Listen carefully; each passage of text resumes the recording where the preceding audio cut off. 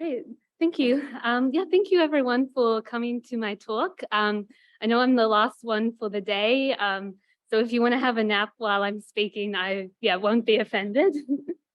Yeah, so let's begin. So my PhD project is focused on understanding issues of misinformation and disinformation, or I use this umbrella term of information disorders on YouTube from an interpersonal perspective.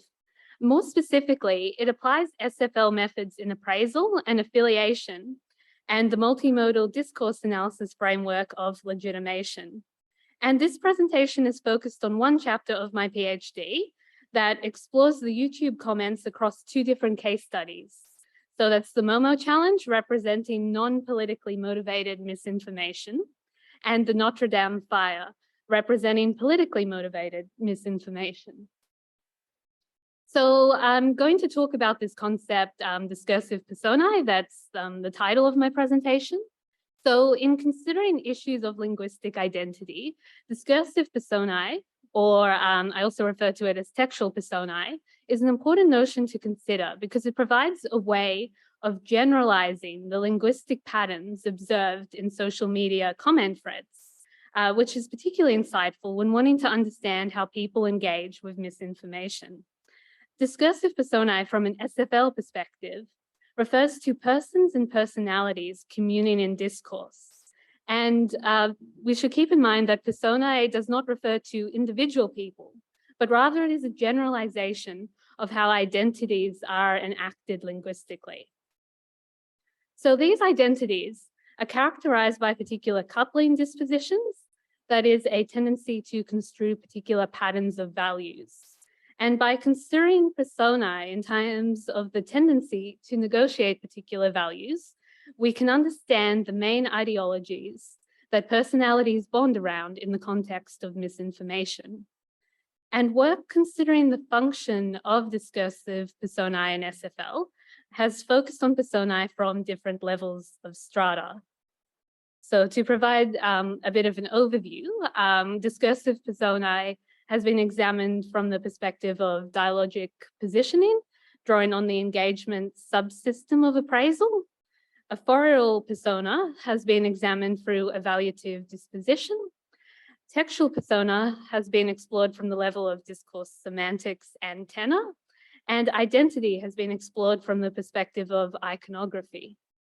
SFL explorations of personae have also been previously explored in terms of shared values in microblogging as an act of impersonation using paralinguistic and dialogic resources, and communal identity in conversational exchanges. So these are the theoretical frameworks I'm using in my PhD. So appraisal, the study of evaluative language; communing affiliation, how values are positioned as bondable in situations where users don't interact directly; and legitimation, how discourses establish authority and can be realized by specific linguistic resources and configurations of linguistic resources. But today I'll mainly be focusing on appraisal and affiliation. So the main framework I'm using is affiliation, originating in Knight's work on conversational humor, about how people commune around as in rally, reject as in condemn, or defer as in laughing off particular social bonds. And these social bonds can be realized in discourse as couplings of ideational and attitudinal meaning. So this is an example of how I'm depicting an ideation attitude coupling in my data set. So you can see the ideation video is underlined and the attitude meaningless is in bold. And this is the communing affiliation framework that you might have seen in some of the talks in these past 2 days. So I'm just going to quickly go through it. So there's convoking, which is situating a bond through resources that muster together a community, as in marshal, and or establish its parameters, as in designate. Then there's finessing, which is assembling a bond through resources that broaden, as in embellish, or confine, as in distill its intersubjectivity. And then we have tempering, or also known as promoting. So that's adjusting a bond through resources that modify the degree, as in foster, or scope, as in modulate, of its venture. So this is the overview of my data. So I have 2 case studies, the Momo challenge, where I manually analyzed 750 comments from 15 videos. So the Momo challenge is representing non-politically motivated discourse. And then the Notre Dame fire, where I also manually analyzed 750 comments from 15 videos, and that's representing politically motivated discourse. So I selected 2 very different case studies. And yeah, whilst these case studies have different aims and engagements with information disorder, there are similar linguistic patterns that can be identified across these case studies. By that, I mean similar affiliation strategies and ways of evaluating. But in terms of differences, each case study has unique targets of evaluation, resulting in the differently labeled personae categories that emerge that I'll go into more detail now. Yes, so firstly, the Momo Challenge case study. Just to provide some context, the Momo Challenge refers to an internet hoax about a threatening figure that was contacting children on WhatsApp. And another version of the hoax suggests Momo Challenge footage being spliced into YouTube Kids videos. However, there's no evidence to suggest that the Momo Challenge resulted in the death of any children, and there is consensus that this was a hoax. And it also shares similarities with another fake social media challenge, the Blue Whale Challenge. So this table is summarizing the personae I identified in the YouTube comments of the Momo Challenge. So we have connoisseurs, nationalists, skeptics, and critics that were sharing truthful information about the Momo Challenge, in the sense that they were debunking it, stating that it was a hoax. And then we have myth spreaders and moralizers who were spreading false information about the Momo Challenge. So, you know, spreading stories about apparent dangerous behavior linked to it, or criticizing parents, or creating rumors about hackers. So through my results, I'll go into more detail with the key linguistic patterns. I won't read out everything that's in this table. Yeah, so this is the bond cluster diagram. So you can see the personae are in the gray boxes, and then the bonds are in the yin-yang symbols, the fusion of the attitude and ideation. And the larger yin-yang symbols represent the core bonds that were shared often across multiple personae, and then the smaller ones are, you know, more specific or unique to a particular personae. Oh, there we go. So myth spreaders and moralizers within the real Momo and dangerous Momo zone shared bonds such as bad parents, bad YouTube, and bad hackers.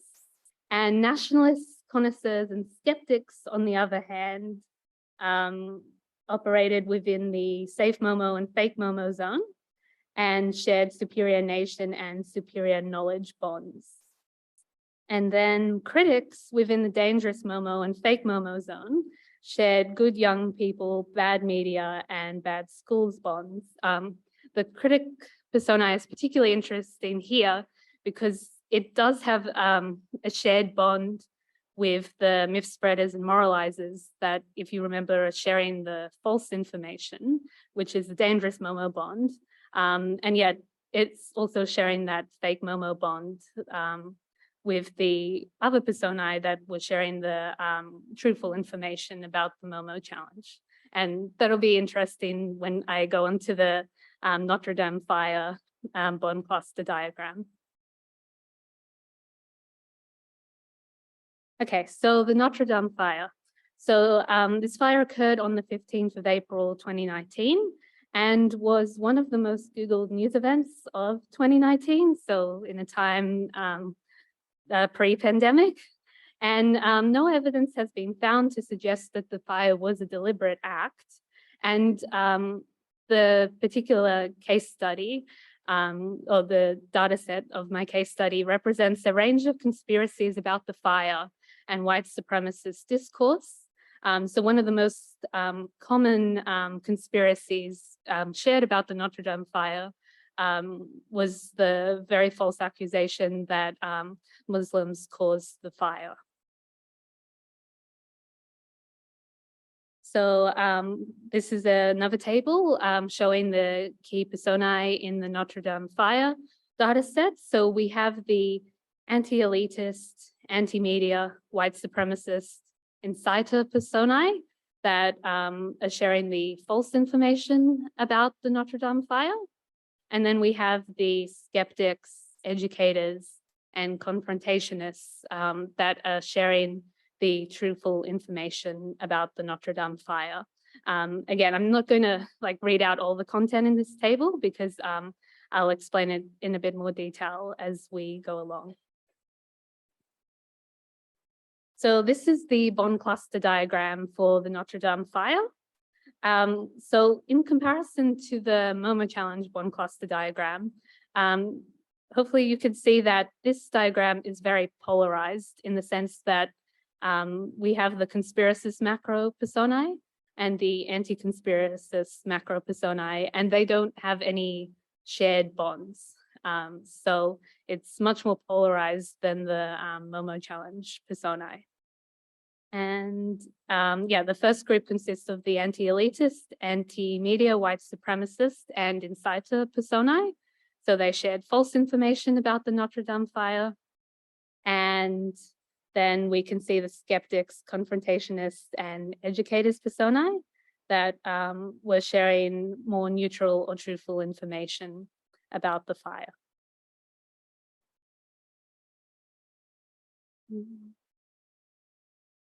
Yes, so in this table, I've summarized the personae I just discussed from the MoMA challenge and Notre Dame fire case studies. But now I want to draw your attention to this first column, where this is my attempt to look at what similarities and differences are there across the personae across these two different case studies. So now I'm going to go into each of these macro categories one by one and show you some of the actual data from my data set. Okay, so firstly, we have skepticism. So the skeptic personae was identified with, sorry, I'm just moving this box that's in the way, was identified in case studies with similar linguistic strategies, so embellishing affiliation and invoked negative evaluations. Whilst it appears at first that the skeptic personae expresses an open-minded stance, a close analysis of skeptic personae comments reveals invoked negative evaluations. So this personae category was one of the most consistent in terms of linguistic strategies across political and non-political discourse, in the sense that there was a skeptic personae in both case studies. So this is an example of a comment from the MoMA challenge data set. So they're saying they'd love to investigate this. Where can they find MoMA's number or official videos? But you can see as well, there is a kind of invoked negative valuation. So they're, expressing skepticism that, these numbers or official videos don't actually exist. And then in the Notre Dame fire case study, we see something that's similar as well, where they're commenting on one of the conspiracy videos and they're saying, I'm not sure what I'm seeing to make a clear judgment. So again, there is some invoked negative valuation about the YouTube video. And then we have criticism. So confrontationists and critics both focus on negative evaluations that directly call out the target for spreading false information. Confrontationists provided negative evaluations with little explanation. Critics express negative evaluations with further details. In each case, there was a discursive personae that negatively evaluated other commenters or video creators for spreading false information or making disturbing statements. A pattern was emerging of personae and comment threads that always call out the dominant statements made in the videos they are responding to. So if we look at this example from the Momo Challenge case study, they're calling out the news media that they just misunderstand internet culture and they're overreacting. And in the Notre Dame fire case study, we see a kind of similar calling out that, again, in relation to the conspiracy videos, they're saying you guys are full of shit. The narrative you're pushing makes absolutely no sense. So again, there's that like calling out. And then there's education and expertise. So the educators and connoisseurs as discursive personae are both characterized by multiple evaluations and distilling affiliation in order to definitively alert readers to the dangers of false information. Educators more broadly discuss the falsity of the information provided in the videos they were responding to. Connoisseurs express more specific knowledge by highlighting their knowledge of internet culture. These personae differed in legitimation strategies, however, and they both use distilling affiliation in order to make definitive claims.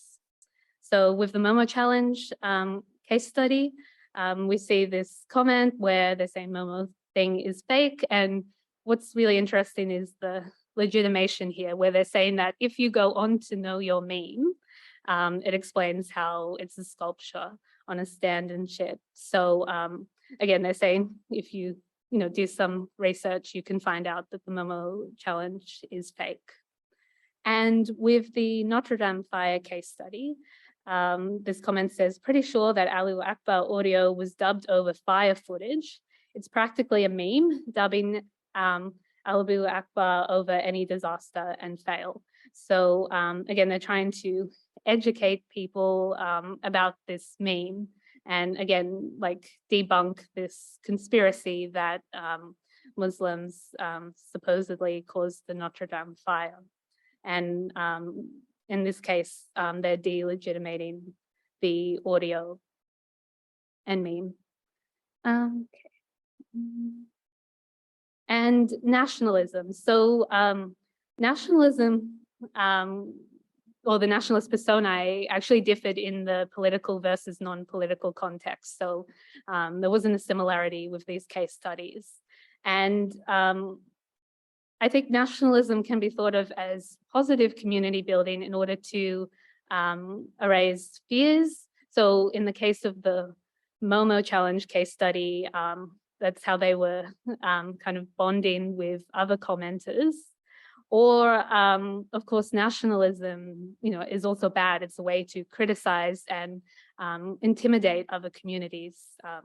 If we just think of Russian nationalism, for example, I've just given this as an example because I've also been looking at YouTube comments on Russia Today YouTube videos, and yeah, obviously there's a lot of negativity there. So again, interesting to think of nationalism in political versus non-political contexts. And interestingly, the nationalist persona was, though, absent in the Notre Dame fire case study, as commenters did not align themselves with particular nations. So they criticized a lot of minorities and religious groups, but did not particularly align themselves with any nation. So these two examples I have here are both from the Momo Challenge case study. And this was very common phrasing where they'd say, like, here in the Philippines, Momo is just a meme for us. It's funny to hear this because here in Brazil, Momo became a meme. So again, they're saying, Momo is just a meme, it's not real. And often this is in response to these YouTube videos that are very American. So often they're kind of calling out like American moral panics and saying, well, in my country, we know Momo is not real. And then we have hate speech. So personae that belong to the hate speech macro personae can be defined by negative judgment towards specific targets. In most cases, tempering affiliation was also used to emphasize claims. However, there are also instances of convoking affiliation, addressing the particular groups that the negative judgment is directed towards. And these categories of personae represent hate speech, so sharing misinformation on this spectrum from problematic content to false information. So we have here an example from the Momo Challenge case study, which again, keeping in mind is not political, but it is kind of encouraging judgment towards parents who, are just leaving kids on their iPads, and in a way they're saying they, kind of deserve this Momo Challenge. And then a very different example in the Notre Dame fire, where they're encouraging hate towards Muslims by saying that Muslims sure were in celebration during the blaze. There's several videos circulating online that show them screaming Allahu Akbar at the fire. They laugh about it on Facebook. They did it absolutely. And then lastly, we have storytelling and conspiracy. So myth spreaders and insiders spread conspiratorial content, that is false information or speculation in a narrative format. In the Momo Challenge, this manifested as myths or hearsay. In the Notre Dame fire, this manifested as inciting suspicion about the fire via conspiratorial narratives. And across these case studies, suspicious bonds and negative evaluations with tempering and distilling affiliation were common for these sorts of personae. So with the Momo Challenge data set, we have an example where they're saying apparently something they heard, that the principal in my school caught 2 kids cutting themselves with pencils in the bathroom. So they're kind of telling this cautionary tale. And then in the Notre Dame fire case study, we have this conspiracy that the absurdly premature denial of arson is absolute proof, so very definitive, that the deep state set fire to Notre Dame. Okay, so that's the overview of all the macro categories. So yeah, now I just want to talk about some applications. So by being able to linguistically identify different discursive personae and discourse, this means that tailored solutions can be developed for specific communities rather than overgeneralizing misinformation discourses. As a bond cluster diagram can show, false information can be engaged with in a variety of different ways, and it's important to delve further into these reasons by exploring evaluative meanings in detail. Understanding the personae and comment sections can aid in the creation of manual and automated detection processes for identifying the specific networks of values that charge misinformation discourses. And SFL approaches to studying misinformation can also be useful in designing educational materials so that students can linguistically identify the language used by those engaging with propaganda and prevent themselves from becoming radicalized. Okay, and just one more slide. Yes, and one more slide. Sorry, it's towards the end of the day, so that's why my slide has a lot of words on it, because I was worried I'd forget. So the macro categories identified should not be seen as an exhaustive list of personae categories that can be identified. New categories may emerge depending on the case study. However, this work does show a method for making sense of the broader communicative strategies and evaluations in YouTube comment sections. And this approach, should not be viewed as a single solution to combating issues of misinformation and disinformation. Rather, it's intended to work in conjunction with other approaches in order to leverage the power of interdisciplinary insights. And that's why I've spent a lot of time thinking of how to label these personae and macro categories, because I hope this can kind of make our SFL methods more accessible to other disciplines. And future research might apply this methodology to more case studies encompassing a range of different issues. It could also be refined to identify the patterns more closely in language, most relevant to these potential domains. And there's also a lot of work in further, specifying the relationships between affiliation strategies and what we mean exactly by bonds. Thank you very much for listening.